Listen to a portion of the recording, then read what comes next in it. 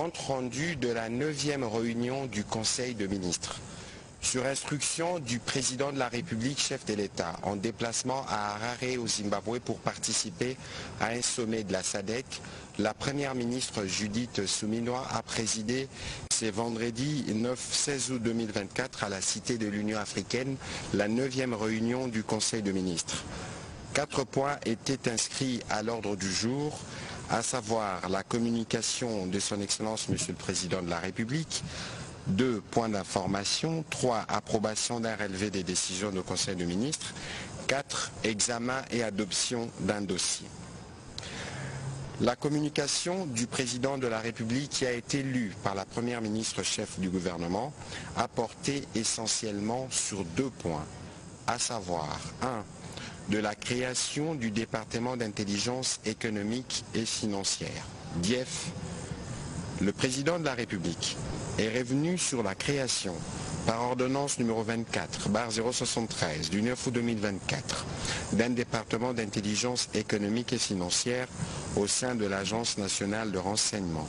Cela a été motivé par l'impérieuse nécessité de faire participer activement ces services d'intelligence aux efforts stratégiques pour la réalisation de la croissance économique et du développement intégral de notre pays. Il ne s'agit pas donc, a-t-il précisé, d'une structure devant s'y substituer aux autres services existants dont les attributions sont fixées par différents textes. À travers ces départements, l'Agence nationale de renseignement est appelée entre autres à mener des réflexions profondes sur des questions économiques et financières, tant au niveau interne que dans les cas des relations bilatérales et multilatérales de la République démocratique du Congo avec d'autres pays et partenaires. Ces départements, au-delà de son rôle d'enquêter, il aura également la tâche d'anticiper et d'alerter afin de nous rendre plus compétitifs avec les autres nations. Le président de la République a insisté pour que les interventions de ces départements soient fondées essentiellement sur des raisons sécuritaires et se déroulées de manière à ne pas énerver l'environnement des affaires en République démocratique du Congo et à éviter toute collision avec les autres services intervenant dans ces secteurs. Le vice-premier ministre, ministre de l'Intérieur, a été engagé ainsi que les responsables de l'ANR de tout mettre en œuvre pour veiller scrupuleusement à cette instruction.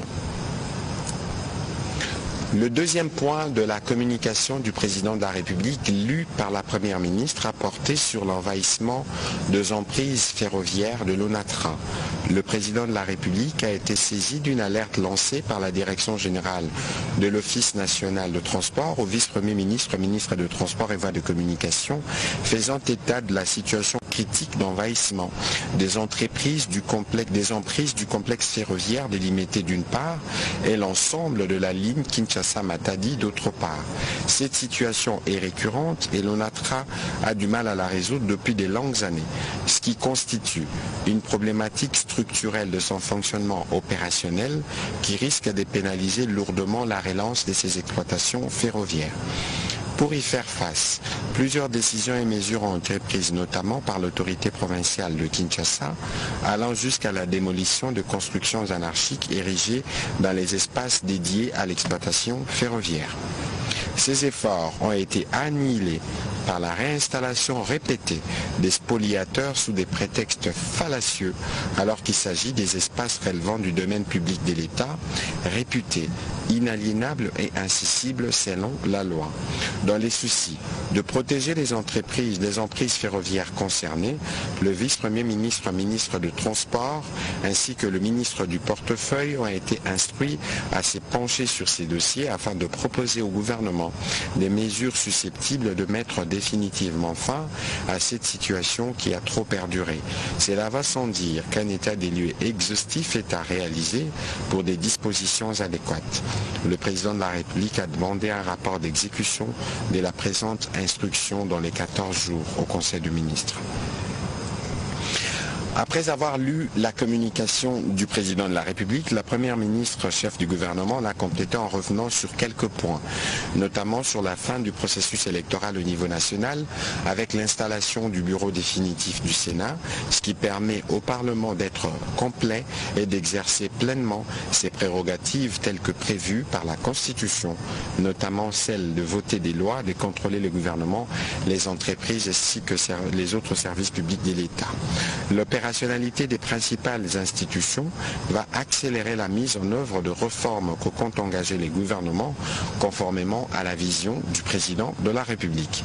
Par la suite, la première ministre a évoqué l'obligation de redevabilité en cette semaine qui marque les débuts du 3e mois d'exercice du gouvernement depuis son investiture. Elle a rappelé l'objectif principal du récent séminaire du gouvernement qui a consisté à promouvoir une nouvelle approche de gestion basée sur la performance et à diffuser les bonnes pratiques de la gouvernance publique en misant sur la cohésion et la solidarité gouvernementale pour susciter l'engagement, la responsabilité et la redevabilité des membres du gouvernement dans la mise en œuvre du programme d'action du gouvernement 2024-2028. Elle a invité les membres du gouvernement à se préparer pour répondre à cette exigence de redevabilité dans l'objectif d'assurer le bien-être social de populations congolaises en communiquant de manière transparente sur leurs résultats. Sur la problématique de la lutte contre l'insécurité, les embouteillages et l'insalubrité dans la ville-province de Kinshasa, la première ministre a précisé qu'elle a réuni les ministres sectoriels concernés ainsi que le gouverneur de la ville de Kinshasa. Une série d'actions à court, moyen et long terme a été envisagée et certaines sont déjà en cours d'exécution. Elle a conclu son intervention en demandant au ministre de Budget et celui des Finances de s'assurer que le gouvernement s'acquitte de sa part dans la consolidation du processus de désengagement de la MONUSCO à Bukavu à la suite de la feuille de route des activités établies par l'équipe intégrée provinciale de transition. Au deuxième chapitre du Conseil de ministres de ce jour, portant sur le point d'information, État et administration du territoire, le vice-premier ministre, ministre de l'Intérieur, Sécurité, décentralisation et affaires coutumières a présenté au Conseil le rapport sur l'État et l'administration du territoire national qui reste dominé par la poursuite des opérations militaires ordonnées par les présidents de la République dans le cadre de l'état de siège dans les provinces du Nord Kivu et de l'Ituri. L'état d'esprit de la population demeure globalement calme et au cours de la semaine qui se termine, les faits ci-après méritent d'être épinglés.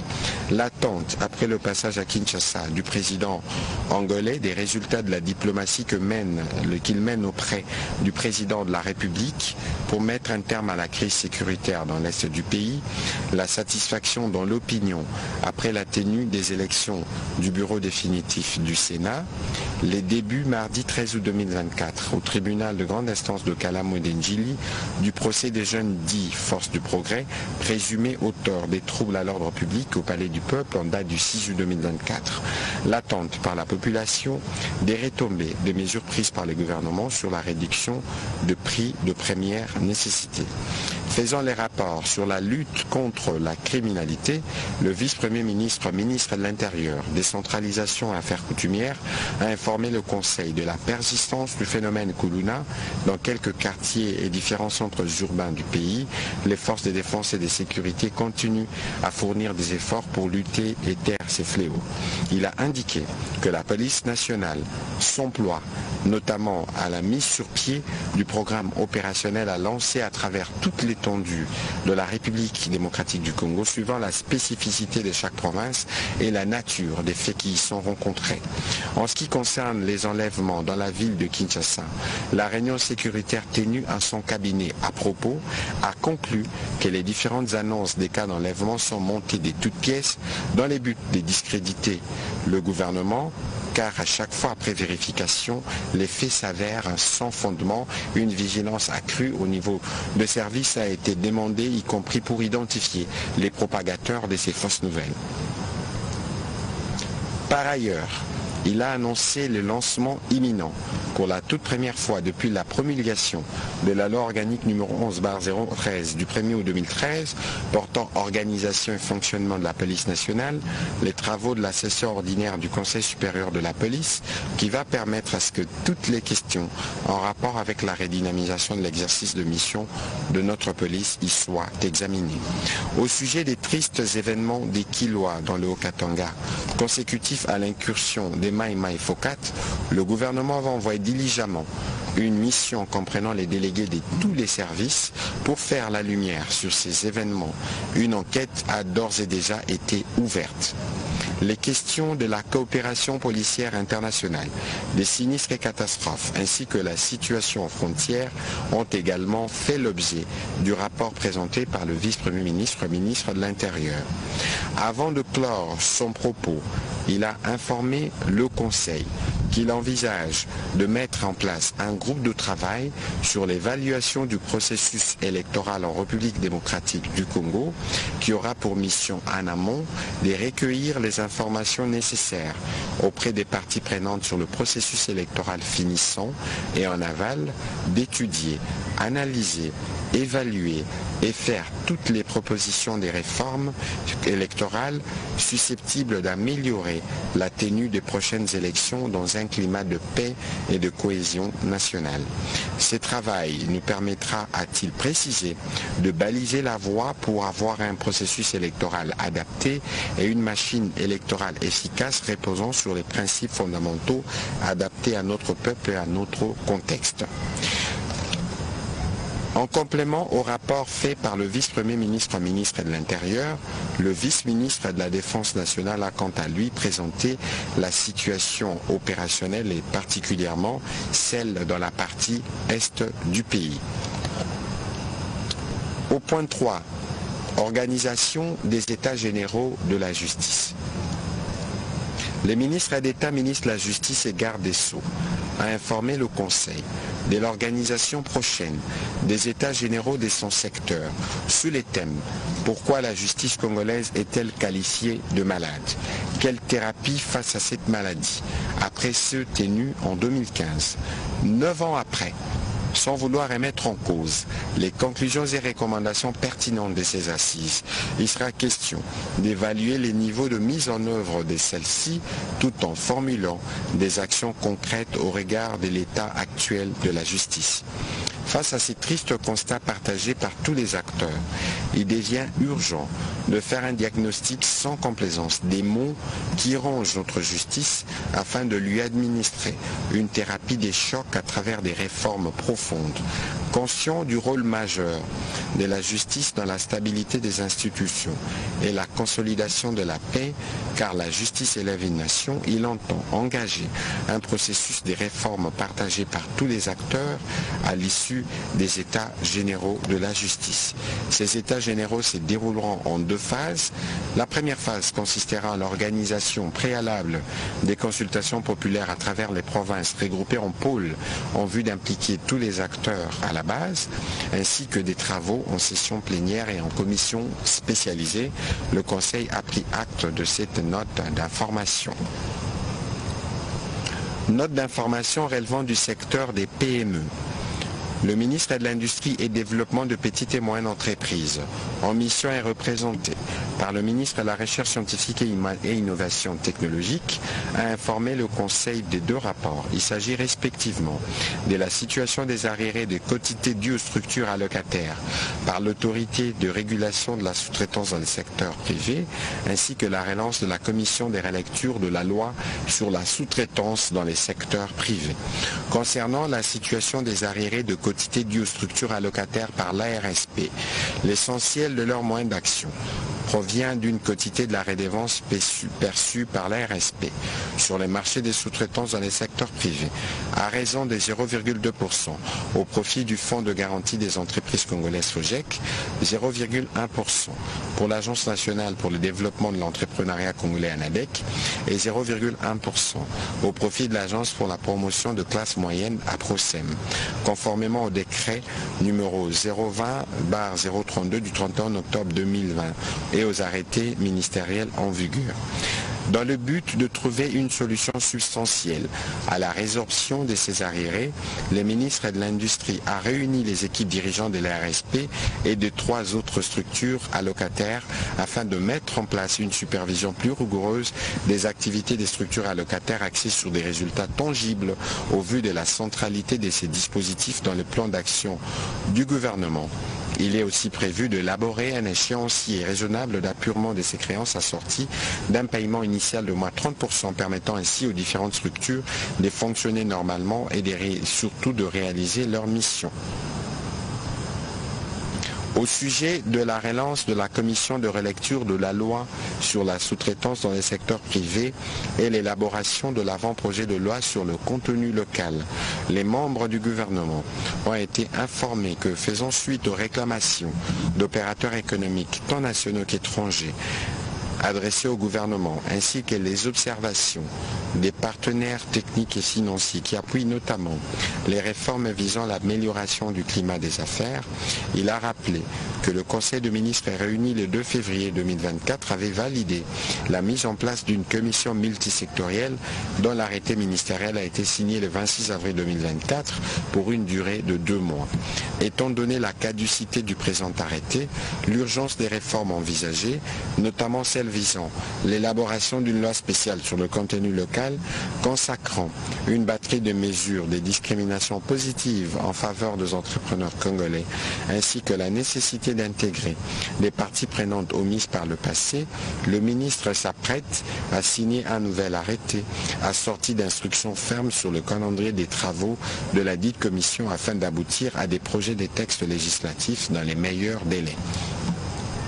Cette démarche, a-t-il insisté, vise l'éclosion d'une nouvelle classe d'entrepreneurs congolais, prospères et acteurs majeurs de l'économie mondiale. Le Conseil a pris acte de ces 2 rapports. Situation épidémiologique dans le pays. Le ministre de la Santé publique, Hygiène et Prévoyance sociale est revenu sur la situation épidémiologique en République démocratique du Congo. À propos du monkeypox aux varioles du singe, il a indiqué qu'actuellement, 4 sur 9 des pays frontaliers notifient de cas de mpox. Une tendance haussière de cas a été constatée dans les zones de santé des provinces atteintes. La présence de 2 types de transmission est signalée, celle habituelle animal-homme à l'ouest et sexuelle à l'est, et une forte mortalité à l'ouest entre 3 et 10%, particulièrement chez les enfants. Depuis début de l'année 2024 jusqu'à la 30e semaine épidémiologique, le cumul de cas est de 14 091 cas suspects, dont 51 décès, soit une létalité de 3,6%. Les provinces les plus touchées sont Équateur, Sud Kivu, Nord Kivu, Ubangi, Chouapa, Sankuru, Mongala et Chopo.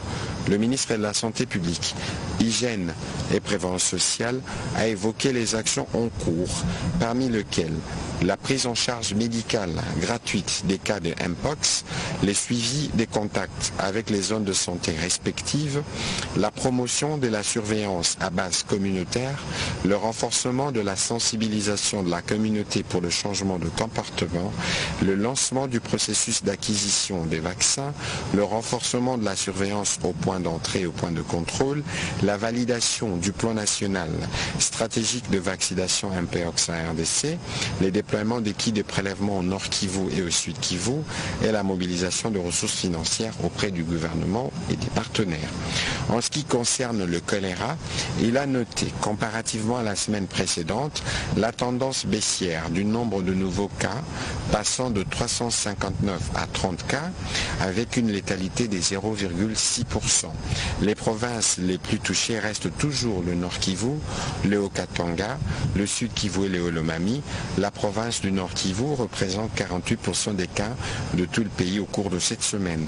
Le ministère de la Santé a rassuré de la poursuite des actions de riposte menées à travers les différentes provinces concernées. Sur un autre chapitre, il a passé en revue la situation de l'alerte note relative à la suspicion d'une épidémie de la maladie à virus Ebola dans la zone d'Aketia en province de Bazuélé. Une équipe mixte y poursuit les investigations. Les échantillons prélevés sur 2 cadavres avant leur enterrement, dignes et sécurisés, ont été analysés à l'INRB et les résultats sont négatifs. La surveillance a été renforcée autant que la recherche active des cas et suivi des cas contacts. Le Conseil a pris acte de ces rapports. Résumé des traités proposés à l'adhésion de la RDC dans les domaines de la propriété intellectuelle. Le ministre de la Recherche scientifique et innovation technologique a fait les résumés des traités proposés à l'adhésion de la République démocratique du Congo dans les domaines de la propriété intellectuelle. De ces faits, il a évoqué 1. Les traités de coopération en matière de brevets qui vise la protection internationale du brevet d'une invention simultanément dans plus de 150 pays en déposant une demande à partir d'un seul État membre.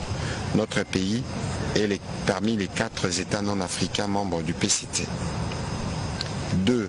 Les protocoles de Madrid sur l'enregistrement international de marques, de fabriques, de commerce et des services, dont la demande doit désigner un ou plusieurs pays contractants dans lesquels la protection est sollicitée.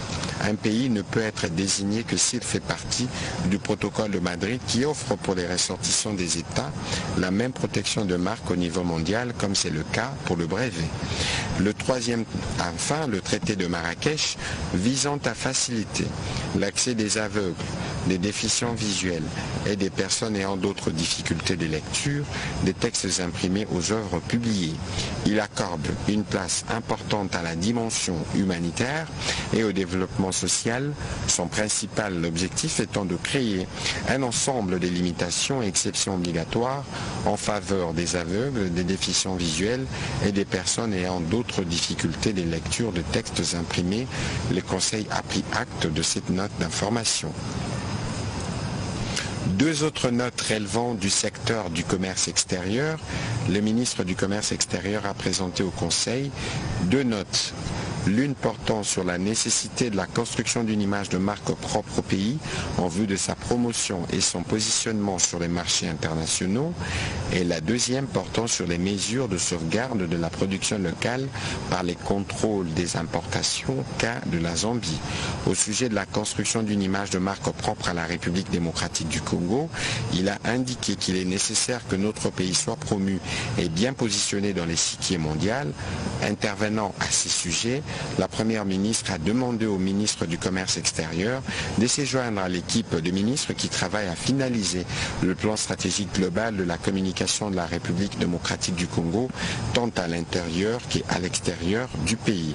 Au sujet de mesures de sauvegarde de la production locale par le contrôle des importations, le ministre du Commerce extérieur a précisé que l'accord bilatéral n'a pas été violé par la République démocratique du Congo pour constater la fermeture de la frontière zambienne à Kasumbalesa, Sakanya et Mukambo. À l'issue de la réunion entre les 2 parties tenue le 12 août 2024 au gouvernorat de province du Haut-Katanga, un communiqué conjoint a été signé reprenant la décision de la Zambie de rouvrir immédiatement la frontière fermée de son côté, de ne pas restreindre le trafic de transit sur leur territoire et de ne pas accepter que les marchandises arrivées en transit en Zambie soient fractionnées sur son territoire, ce qui réduirait à au moins 50% les phénomènes d'Ibilanga à Kasumbalesa.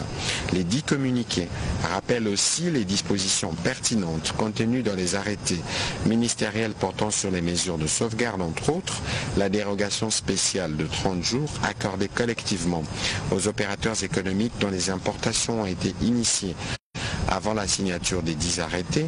Pendant ce temps, les 2 parties vont instituer une commission mixte pour évaluer l'accord commercial entre les 2 pays et travailler sur d'autres aspects relatifs aux échanges commerciaux entre la République démocratique du Congo et la Zambie.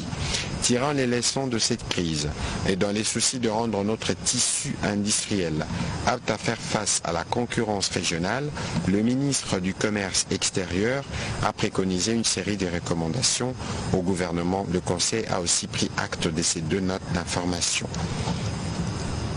Au chapitre 3 du Conseil de ministres de ce jour, relatif à l'approbation d'un relevé des décisions du Conseil de ministres, le Conseil de ministres a adopté le relevé des décisions prises lors de la réunion ordinaire du Conseil de ministres du 9 août 2024. Au dernier chapitre du Conseil de ministres de ce jour, relatif à l'examen et à l'adoption de dossiers. Un dossier. 1. Mesures en vue des désendettements des entreprises du portefeuille de l'État ainsi que des établissements et services publics. Le ministre du portefeuille faisant suite à l'adoption des propositions relatives à l'endettement des entreprises du portefeuille de l'État et des établissements publics de l'État, a informé le Conseil avoir mis en place une commission ad hoc dont la mission a consisté à analyser en profondeur, à partir des informations fournies par les dites entreprises, les contours de cet endettement en vue de proposer les solutions idoines.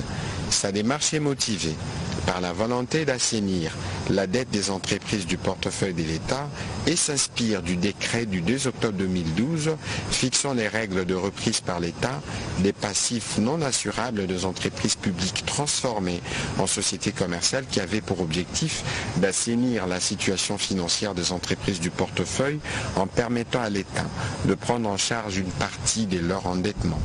Il a présenté la structure et la ventilation de la dette qui s'y regroupe en 5 catégories: fiscale, sociale, commerciale et judiciaire. Face à cette problématique qui plombe la performance des entreprises du portefeuille de l'État, il a proposé, après analyse des mesures d'ordre général, notamment la nécessité de diligenter un audit de toutes les dettes de chaque entreprise publique par des cabinets d'audit indépendants de grande renommée, pour notamment établir l'existence de chaque dette, son origine et sa hauteur, et des mesures spécifiques concernant les différents types de dettes. Il a été complété par le ministre des Finances. Après débat et délibération, le Conseil a adopté ces dossiers. Le dernier chapitre du Conseil de ministres de ce jour, portant examen et adoption d'un projet de texte. 1. Projet d'ordonnance loi autorisant la prorogation de l'état de siège. Le ministre d'État, ministre de la Justice et garde de Sceaux, a présenté le projet d'ordonnance loi autorisant la prorogation de l'état de siège dans les provinces de l'Ituri et du Nord Kivu pour une période de 15 jours prenant cours le 25 août 2024. Après débat et délibération, ce projet d'ordonnance loi a été adopté. Commencé à 14h28, la réunion du Conseil de ministres a pris fin à 18h35. Je vous remercie.